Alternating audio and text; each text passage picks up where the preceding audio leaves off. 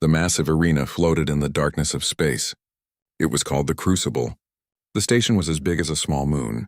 Millions of lights covered its surface. Inside, billions of beings across the galaxy watched and waited. Commander Sarah Chen sat in the cockpit of her mech. The machine was called the Reaper. It was black and sleek. Sharp edges covered its frame. The mech stood 30 feet tall. Every movement was smooth and precise. Chen had piloted it for 3 years. She knew every system. She trusted every circuit. Today was different. Today, everything was at stake. The Vrexian Dominion had challenged Earth. They wanted the Terminus sector.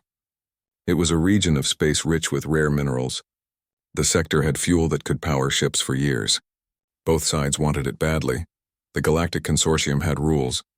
When 2 civilizations wanted the same territory, they did not go to war. Instead, they sent champions. 2 fighters would battle in the arena. The winner would take everything. It saved lives. It prevented destruction. Chen looked at her screens. Across the arena floor stood the Vrexian champion. His mech was massive. It was twice the size of the Reaper. Red armor plates covered its body. Plasma cannons hung from both arms. The weapon systems glowed with heat. The Vrexian pilot was a warrior named Krath. He had won 12 arena matches. He had never lost.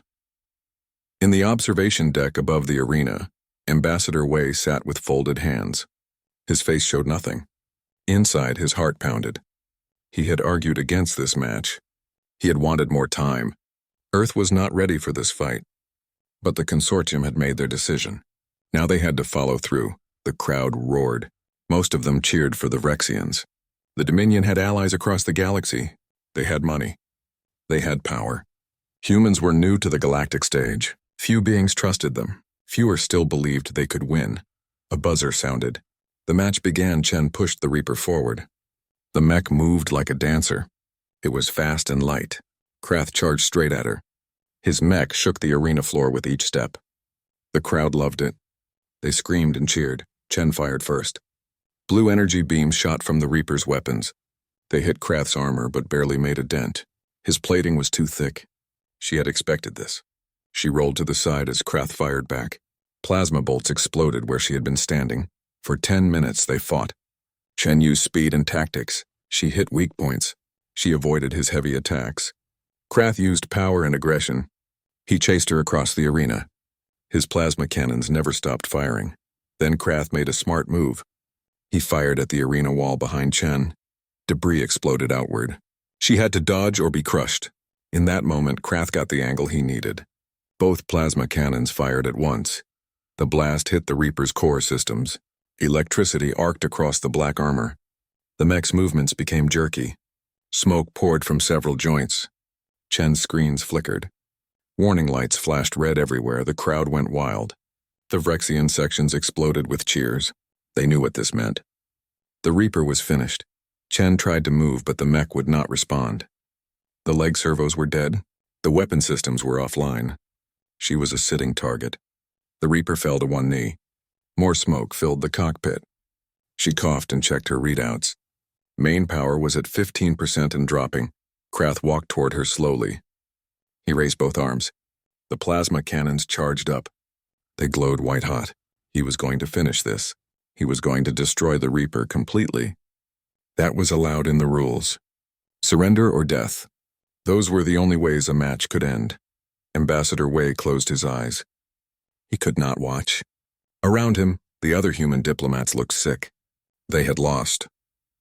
Earth would lose the Terminus sector. Worse than that, they would look weak. Other species would challenge them next. This was a disaster. In the crowd, one man watched with different eyes. He was old. Scars covered the visible parts of his face. His hair was gray. He wore the uniform of Earth's military, but it had no rank insignia. He sat perfectly still. His expression never changed. He simply watched and waited. Krath stood over the Reaper. He spoke through the arena's communication system. His voice was deep and mocking. Humans, you are weak. You thought your pretty machine could defeat me. You thought your tactics would save you. Now you will learn. The Dominion is strong. The Dominion is eternal. Surrender now and I will make your death quick. The crowd cheered louder. This was what they had come to see. The Vrexians in the stands chanted Krath's name. Their leader, Supreme Overlord Thrax, stood in his private box. He raised his arms in victory.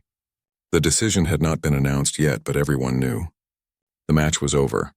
Then something unexpected happened. The Reaper's cockpit hissed open. Steam poured out. The crowd leaned forward. They wanted to see the human pilot surrender. They wanted to see the look of defeat on her face. A figure stood up in the cockpit. It was wearing a pilot's suit.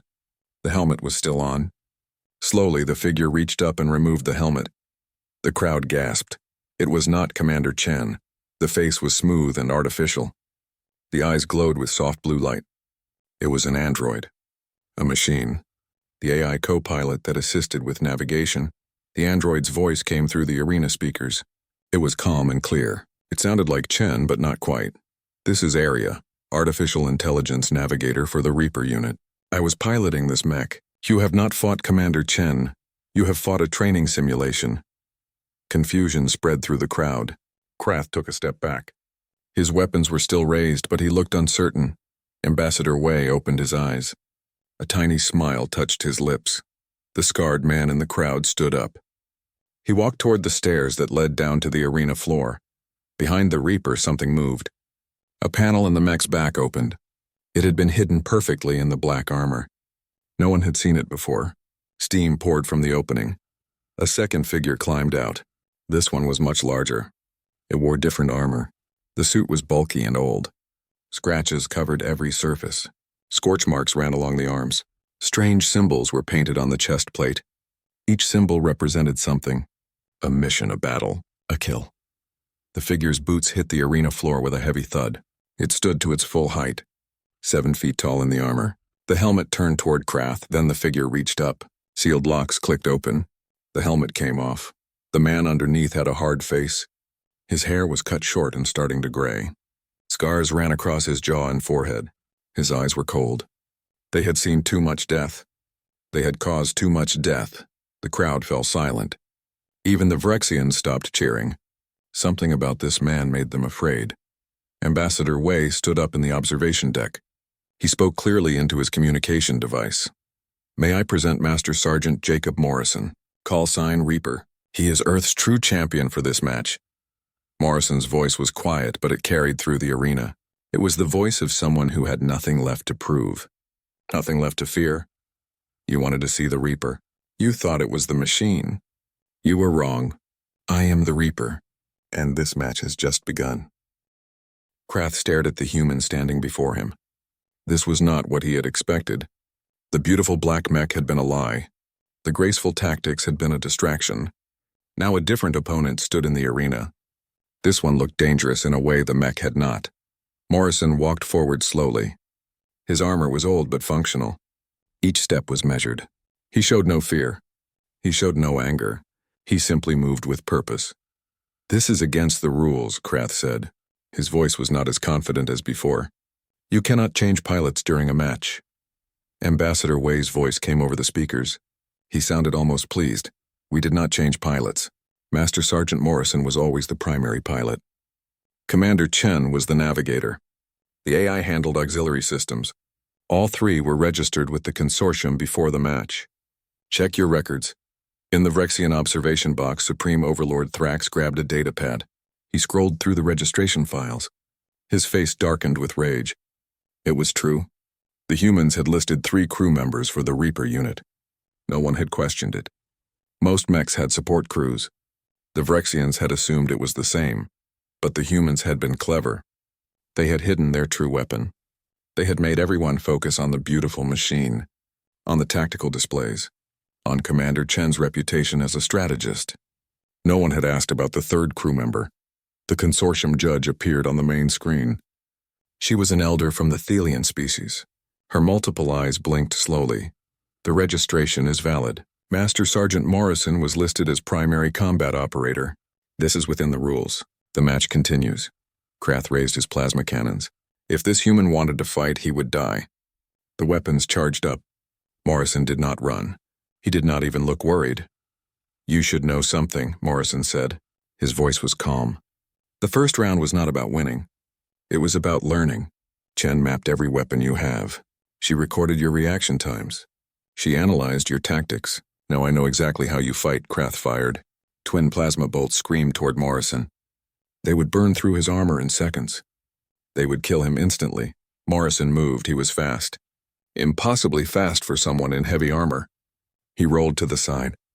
The plasma bolts hit the arena floor where he had been standing. Metal melted and glowed red. Morrison came up running. He sprinted straight at Krath's mech. Krath fired again, and again.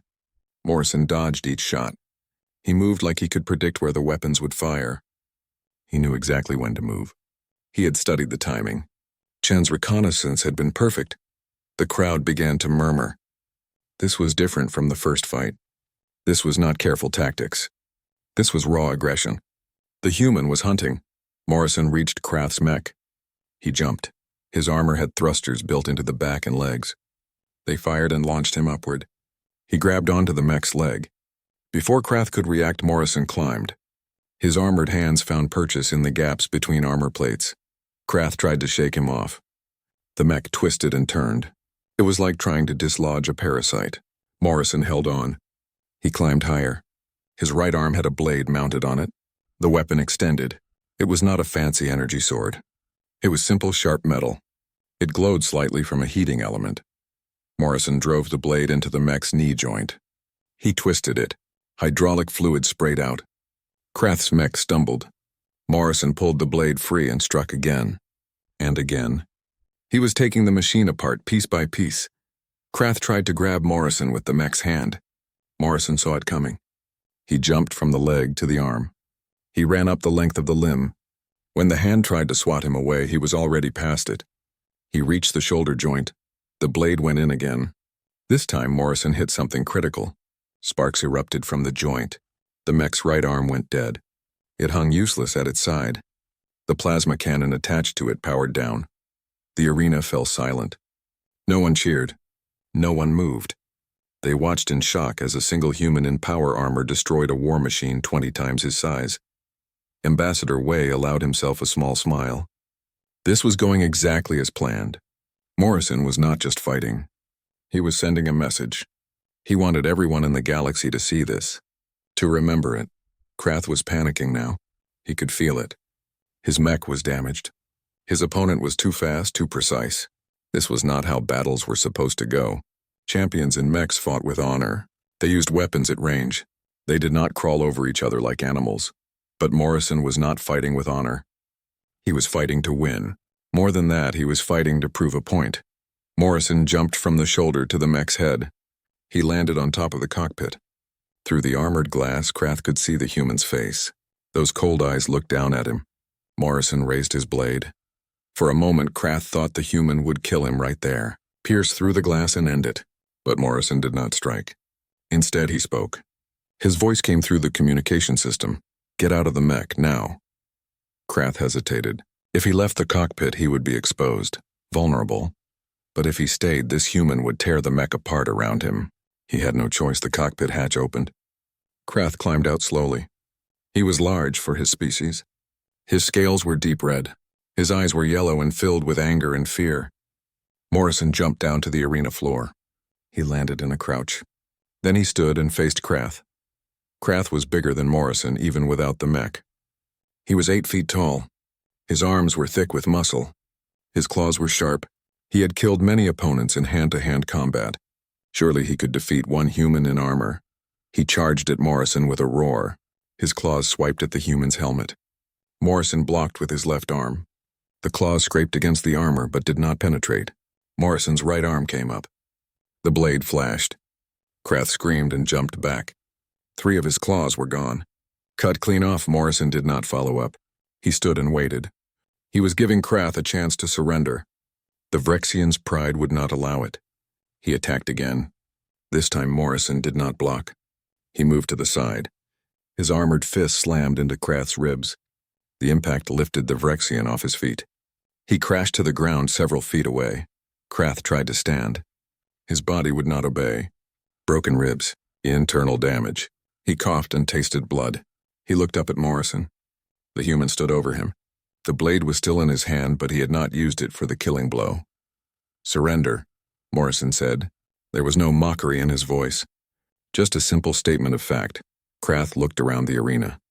The crowd was silent. Supreme Overlord Thrax stared down from his box with undisguised rage. The other Vrexians looked shocked. Their champion had been defeated. Their warrior had been broken. Krath raised one hand. The gesture for surrender. The consortium judge's voice rang out. Match concluded. Victory to Earth's champion, Master Sergeant Jacob Morrison.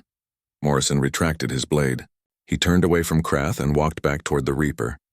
The android, Area, waited by the damaged mech.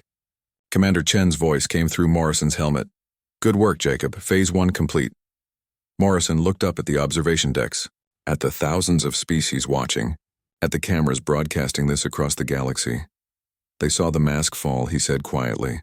Now they know what humans send to war. Not our best technology, not our smartest tactics. We send our killers. In the crowd, beings from 100 different species looked at each other. They had cheered when the Reaper fell. They had celebrated what they thought was a human defeat. Now they understood. The humans had wanted them to cheer. They had wanted everyone to feel confident, to feel safe. Then they had shown what they really were, what they were really capable of. The message was clear. Earth could play by the rules. Earth could fight with honor. But if pushed, they would show their teeth, and those teeth were very, very sharp. The medical team carried Krath away on a stretcher. He was still conscious. His yellow eyes stared at the ceiling of the arena. He had been so sure of his victory. Now he was broken and defeated. The shame burned worse than his injuries. Morrison stood in the center of the arena floor. He had not moved since the match ended. The crowd remained silent. No one knew what to say. No one knew what to do. They had just witnessed something they did not understand. A screen appeared in the air above the arena. It showed Morrison's military record. The file was long, very long. The list of battles seemed endless. Colony Defense Campaign, the Frontier Wars, the Siege of Proxima Station. Each line represented months or years of fighting. Each entry was marked with the same note. Survived. Objective achieved. Ambassador Wei spoke to the crowd. His voice was formal now. Official. Master Sergeant Jacob Morrison, 42 years of age, 30 years of military service, Special Forces operator, 218 confirmed combat missions, 0 failures. He has fought on 17 different worlds. He has trained every elite unit in Earth's military. His designation is Reaper, not because of the machine, but because of what he does. The screen changed. It showed images from Morrison's past, dark photos, grainy footage from combat cameras. Each one showed a battle. Each one showed Morrison doing what he did best, fighting, surviving, winning. One image showed him standing in the ruins of a city. Fire burned in the background. His armor was covered in blood and dirt. Bodies of enemy soldiers lay around him. He held a weapon in each hand. His face showed no emotion, just cold determination. Another showed him on a space station. He was younger in this picture, maybe 25. He carried an injured soldier over his shoulder. Behind him, the station was exploding. He had gone back into the fire to save his teammate. The soldier he carried had survived. Morrison had gone back 3 more times that day. He had saved 7 people total. A third image showed him teaching. A classroom full of young soldiers watched him.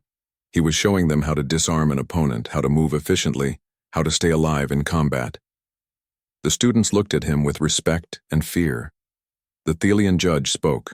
Her voice was troubled. This information was not provided to the consortium. We were not aware of Master Sergeant Morrison's combat history. Ambassador Wei smiled. It was not a kind smile. You did not ask. You asked for our champion. We sent him. You assumed the champion would be Commander Chen because she is famous. She has won awards for tactical innovation. She has been featured in military journals across human space. But fame and skill are not the same thing. We sent our best fighter. You sent yours. We won. In the Vrexian box, Supreme Overlord Thrax stood. His scales had darkened with rage. He pointed a clawed finger at the arena floor. This was deception, trickery. You hid your true warrior. You made us believe the machine was the threat. This is not honorable combat. Morrison's voice cut through the arena. It was amplified by his suit's speakers. He did not shout. He did not need to. The words carried weight all on their own. War is not about honor. War is about winning. You wanted this fight. You challenged us. You thought we would be easy prey. You thought wrong. He paused. Then he continued. His voice was harder now. Humans have been fighting wars for thousands of years. We fought each other before we reached the stars. We know every trick, every tactic, every way to kill and survive. We learned how to fight in jungles, in deserts, in frozen wastelands. We learned how to fight in space, in zero gravity, in the dark between stars. We adapted. We evolved. We became very, very good at violence. The crowd shifted uncomfortably. Many species in the consortium had never fought a major war. They had joined the galactic community young. They had been protected, guided. They resolved disputes through diplomacy and champion combat. They did not understand true warfare. Humans were different. They had clawed their way up from a death world. They had survived ice ages and plagues. They had fought wars that killed millions. They had split the atom and used it as a weapon. By the time they reached space, they knew war like other species knew peace. Morrison began to walk. He moved toward the Vrexian observation box. Each step echoed in the silent arena. He stopped at the base of the box and looked up at Thrax. "Your champion was good," Morrison said. "Well-trained, strong, confident. But he fought like someone who learned war from books, from simulations. I learned war by living it, by surviving it. That is the difference between us." He turned to face the entire crowd. His voice rose so everyone could hear. Humans are not the strongest species. We are not the fastest. We are not the smartest. But we are persistent, we are adaptable. And we do not quit, ever. You can beat us in a single battle. But if you start a war with us, we will keep coming. We will learn from every defeat. We will adapt to every trick. And eventually, we will win. Because that is what we do. That is what we have always done. The words hung in the air. No one spoke. Morrison had not raised his voice. He had not made threats. He had simply stated facts. And those facts were more terrifying than any threat could be. An elder from the Kelthian species stood. She was old even by her people's standards. She had seen much in her long life. Her voice was thoughtful when she spoke. "I begin to understand why the humans were so eager to join the consortium's combat system. It was not because they are civilized, it was to show restraint, to prove they could follow rules. But the rules are for our benefit, not theirs." Ambassador Wei nodded slowly. "We prefer peace. We truly do.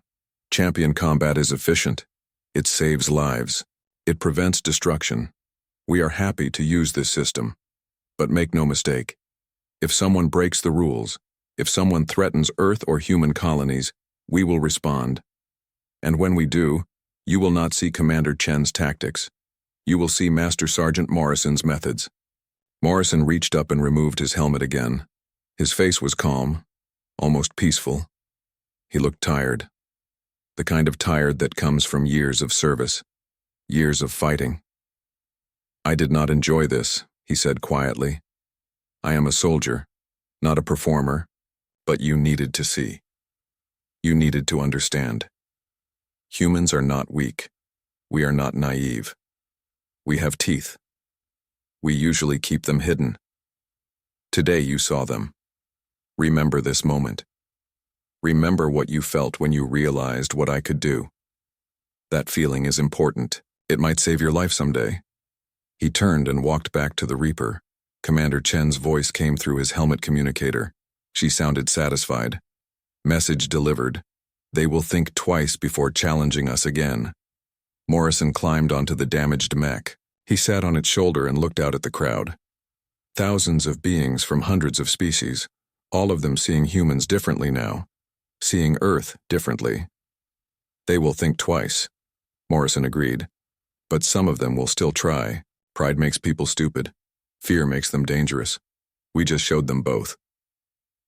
In his private box, Supreme Overlord Thrax stood frozen. His advisors whispered urgently around him. They were talking about the fleet, about the ships they had positioned near the terminus sector, about their plans for what would happen after Krath's victory. Those plans were useless now. Worse than useless. If they moved their fleet, it would look like aggression. It would look like they were refusing to honor the match result. The humans would have an excuse to respond. And after what they had just seen, none of the Vrexians wanted to see what Earth would send in a real war. Thrax sat down heavily. He had made a terrible mistake. He had seen a young species with pretty ships and assumed they were soft. He had challenged them to prove his dominance. Instead, he had revealed his own weakness. The humans had been playing a different game all along. They had joined the consortium not because they needed protection. They had joined to show they could follow the rules, to appear civilized and reasonable. But underneath that civilized exterior was something far more dangerous. Thrax looked down at Morrison sitting on the broken mech. The human looked small from this distance, harmless. But Thrax knew better now. He knew what was really there. A predator, old and scarred and very, very patient, just waiting for someone to give it an excuse. Morrison sat on the Reaper's shoulder for 10 more minutes. He watched the crowd slowly begin to leave. Many of them looked back at him as they walked away. Some with fear, some with respect, a few with calculation in their eyes. Those were the dangerous ones. The ones already thinking about how to counter what they had seen, how to defeat a human soldier in power armor. Morrison made note of which species those observers belonged to. He would file a report when he returned to Earth. Ambassador Wei approached the arena floor. He was smiling openly now. The political victory was even better than he had hoped. The Vrexians were humiliated. Earth had proven itself, and the entire galaxy had witnessed it. "Well done, Sergeant," Wei said. "You have given us exactly what we needed." Morrison climbed down from the mech. He moved more slowly now. The adrenaline was fading. His body was starting to feel the strain of the fight. He was not young anymore. These kinds of battles took more out of him than they used to. "The job is not done yet, Ambassador," Morrison said. "Thrax is not stupid. Humiliated, yes, but not stupid. He came here expecting to win. That means he had plans for after the match, plans that probably involved military force." Wei's smile faded. He pulled out a datapad and checked the latest reports. His face went pale. "Our scouts just sent new data. Vrexian fleet movements near the terminus sector. 12 capital ships, 4 times that many support vessels. They were positioning for an invasion." Morrison was not surprised. He had expected something like this. The Vrexians had too much confidence, too much pride. They would not have challenged Earth to a champion match unless they had a backup plan. "How far away is our fleet?" Morrison asked. Wei checked his pad again. This time he looked confused. "Our nearest battle group is 4 days away. But there are some anomalous readings. Ships that our sensors cannot fully identify. They are in the terminus sector already. Dozens of them." Morrison allowed himself a small smile, the first real expression of satisfaction he had shown all day. "Those are ours, Ambassador. Earth has been ready for this possibility for months. We knew the Vrexians were planning something. We prepared." Commander Chen's voice came through Morrison's helmet and Wei's communication device at the same time. "Ambassador Wei, this is Commander Chen. I am aboard the EFS Dauntless. We have 43 ships in position around the terminus sector. All are disguised as civilian vessels, cargo haulers, survey ships, mining platforms. The Vrexians are completely surrounded. Shall I decloak and give them a proper greeting?" Wei looked at Morrison. The soldier shrugged. "Your call, Ambassador. But I suggest you make it soon. Thrax is probably receiving the same reports right now. He will know his fleet is outmatched. The question is whether his pride will let him back down." Wei made his decision quickly. He had not become Earth's chief negotiator by being timid. "Commander Chen, decloak all vessels. Broadcast a message to the Vrexian fleet. Tell them they are in violation of consortium space protocols. Tell them to withdraw immediately or face consequences." "Understood, Ambassador. Decloaking now." Morrison and Wei walked toward the arena exit. Behind them, Technicians were already beginning to repair the Reaper. The mech would be restored. It would fight again if needed. But hopefully the message had been delivered clearly enough that future fights could be avoided. As they walked, screens throughout the Crucible station began showing new footage. Camera drones had been dispatched to the Terminus sector. They showed the Vrexian fleet hanging in space. The ships were massive and intimidating. Their weapons were powered up. They looked ready for battle. Then the human ships appeared. One moment there was empty space around the Vrexians. The next moment, dozens of vessels shimmered into view. They had been there all along, hidden by stealth systems, disguised as harmless civilian craft. Now they dropped their disguises and revealed their true nature. They were warships. Some were large cruisers bristling with weapons. Others were smaller, faster attack ships. Still others were massive carriers that could deploy hundreds of fighter drones. Together they formed a perfect encirclement. The Vrexian fleet was trapped. The crowd in the Crucible, which had been filing out slowly, stopped to watch. This was a continuation of the show they had witnessed in the arena, except now the stakes were even higher. This was not one soldier against one champion. This was fleet against fleet. If shooting started, thousands would die. Commander Chen's voice came through the broadcast system. She was speaking to the Vrexian, fleet commander, but her words were being transmitted throughout the Crucible as well. She wanted everyone to hear this.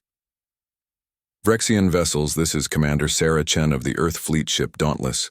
You are in violation of Galactic Consortium protocols. You have positioned a military fleet in disputed territory while champion combat was ongoing. This constitutes an act of bad faith and possible aggression. You have two options. Option 1. Withdraw your fleet immediately and return to Vrexian space. Option 2. Engage us in combat and discover why Earth does not send its warships unless it intends to use them. There was silence. The Vrexian fleet did not move. On the screen, Morrison could see the command ship. It was the largest vessel in the Vrexian formation. Thrax would be aboard that ship, watching this unfold. Chen's voice came through Morrison's private channel. Jacob, I have weapons lock on all primary targets. If they so much as warm up a gun battery, I will fire. This fleet will be debris before they can blink. Steady, Commander, Morrison replied. Give Thrax a chance to be smart. He has already lost face today. If we force him to lose ships as well, he will have no choice but to escalate later. Let him retreat. Let him save some pride. You are kinder than I would be, Chen said. But her tone suggested she understood the wisdom of his advice. On the screen, the Vrexian fleet began to move, not toward the human ships, away from them. The formation broke apart carefully. Ships positioned themselves for a jump to faster-than-light travel. They were withdrawing. A message came through. It was audio only. Supreme Overlord Thrax's voice was tight with barely controlled rage. The Vrexian Dominion acknowledges the result of the champion match. We withdraw our claim to the Terminus sector. This matter is concluded. The transmission cut off. The Vrexian ships jumped away one by one. Within minutes, the space around the Terminus sector was empty except for the human fleet. The crowd in the Crucible erupted. Not with cheers this time, with shocked conversation. Everyone was talking at once. Humans had not just won a champion match. They had outmaneuvered an entire military operation. They had anticipated the Vrexian plans and countered them perfectly. Ambassador Wei allowed himself to relax slightly. The crisis had been averted. Earth had won both the battle and the war that had almost started. How long have those ships been in position? Wei asked Morrison. 3 weeks, Morrison replied. We have been watching the Vrexians for months. We knew they were planning something. Commander Chen suggested the entire strategy. Use the champion match as bait. Let them commit their forces, then reveal that we were ready all along. Wei shook his head in admiration. And if they had not positioned a fleet? If they had honored the match honestly? Morrison smiled grimly. Then our fleet would have stayed hidden. The Vrexians would have lost the match and retreated with some dignity and tact. But they chose to be aggressive. They chose to break the spirit of the consortium rules. So we made sure everyone saw the consequences. They reached the exit of the arena. Morrison stopped and looked back one last time. The damaged Reaper mech stood in the center of the arena floor. It looked broken, defeated. But it had been part of the most important victory Earth had won since joining the Galactic Consortium. The enemy cheered when they thought we had lost, Morrison said quietly. They celebrated too early. Now they know better. Now they all know better. 3 days later, Morrison sat in a quiet observation deck on Earth's primary orbital station. The view showed his home planet turning slowly below. Blue oceans, green and brown continents, white clouds swirling in patterns. It looked peaceful from up here, beautiful, he knew better. Earth was a violent world. It had been violent long before humans appeared. The planet itself was dangerous. Earthquakes, volcanoes, hurricanes, animals that could kill with teeth or claws or venom. It had shaped humans into survivors, into fighters. Commander Chen entered the observation deck. She carried 2 cups of coffee. She handed one to Morrison and sat down beside him. They both looked out at Earth in comfortable silence for a moment. The Consortium Council has made it official, Chen said. The Terminus sector belongs to Earth. All Vrexian claims have been withdrawn. They also paid a fine for the unauthorized fleet movement. A substantial fine, Morrison nodded. He took a sip of his coffee. It was hot and bitter. Exactly how he liked it. Good. Maybe that will pay for the repair bill on the Reaper. You really did a number on that mech, Arya. Chen smiled. Arya followed the plan perfectly. Take enough damage to look convincing. Make Krath overconfident. Give you the perfect entrance. Speaking of which, you enjoyed that entrance a little too much. Very dramatic. Morrison allowed himself a small smile. It was your idea. You said we needed to make an impression. The galaxy needed to see what humans really are. Mission accomplished, Chen said. Intelligence reports are coming in from all over. Every major species is reassessing their view of humanity. Some are more cautious now. Others are more interested in alliances. A few are worried. As they should be, Morrison replied.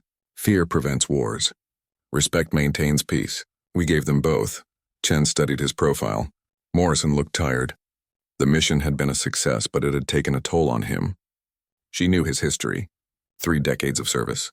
Hundreds of missions. Too many battles to count. He had given his entire adult life to protecting Earth. You could retire, Jacob, she said gently. You have done more than enough. You have nothing left to prove. Morrison was quiet for a long moment. He stared at the planet below, at the world he had spent his life defending. I thought about it, he finally said. After every mission, I think about it. Walking away, finding some quiet place, living a normal life. But then I remember why I started doing this.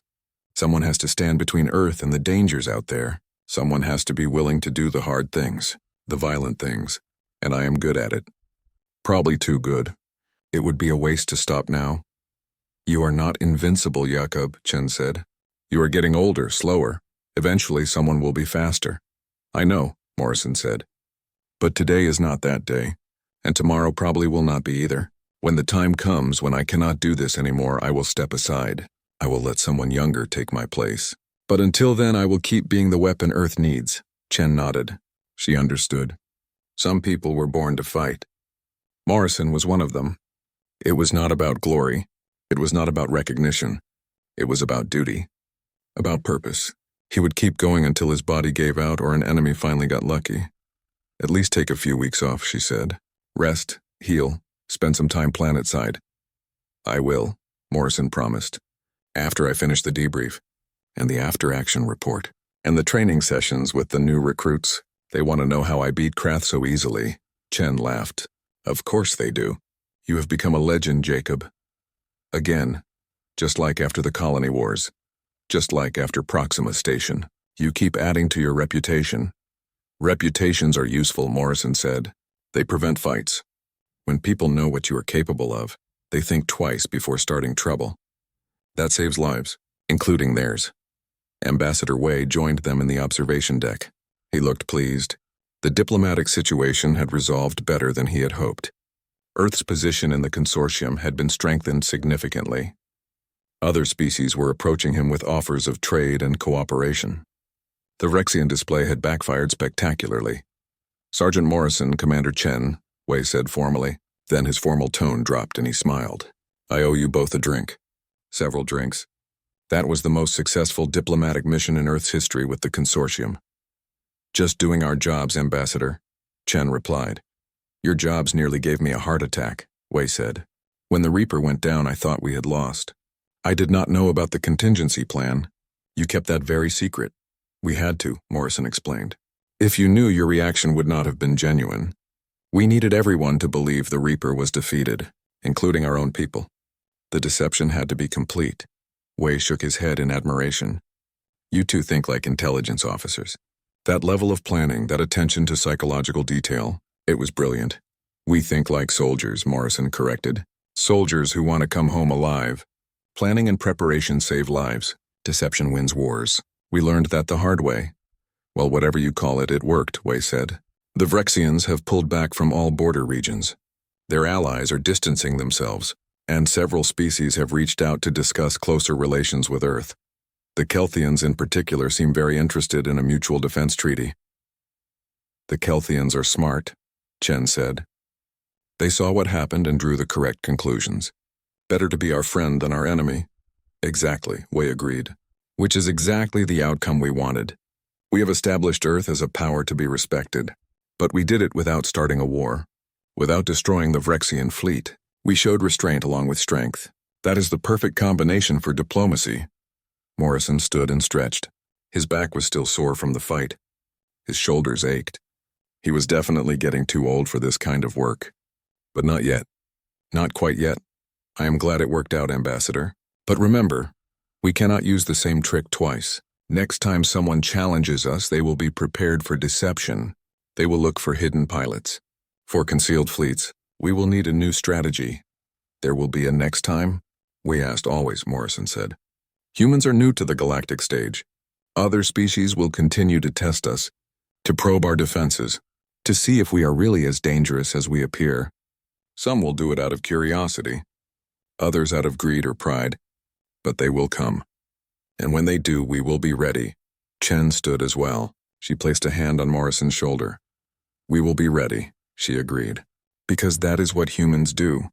We prepare, we adapt, we survive. It is what we have always done. It is what we will always do.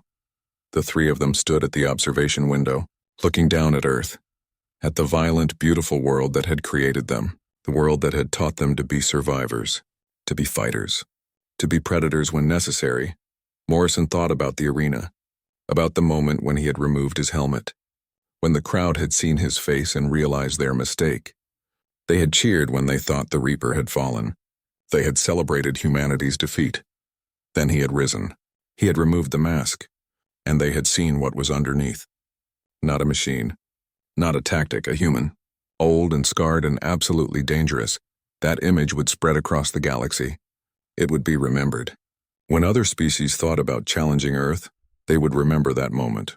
They would remember Morrison's cold eyes, his scarred face, his calm voice explaining exactly what humans were capable of, and they would think twice. Some would still come. Pride and ambition would drive them forward, but they would come knowing the truth now, knowing what they were really facing. Not humanity's best technology, not their smartest scientists, not their most advanced weapons. They would be facing humanity's killers, the men and women who had spent their lives learning how to survive, how to fight, how to win. Morrison smiled slightly. It was not a warm smile. It was the smile of a predator that knows its territory is secure. For now. Come on, he said to Chen and Wei. Ambassador promised us drinks. I think we earned them. They left the observation deck together. Behind them, Earth continued its slow rotation. A violent world full of violent life. A world that had produced a species perfectly adapted for the harsh realities of the galaxy. The enemy had cheered when they thought humans were weak. When they thought the Reaper was just a machine. Then the Reaper had risen. He had removed his mask. And the galaxy had learned an important lesson. Never cheer before the battle is truly over, because humans do not quit. They do not give up. And when you think you have beaten them, that is when they are most dangerous.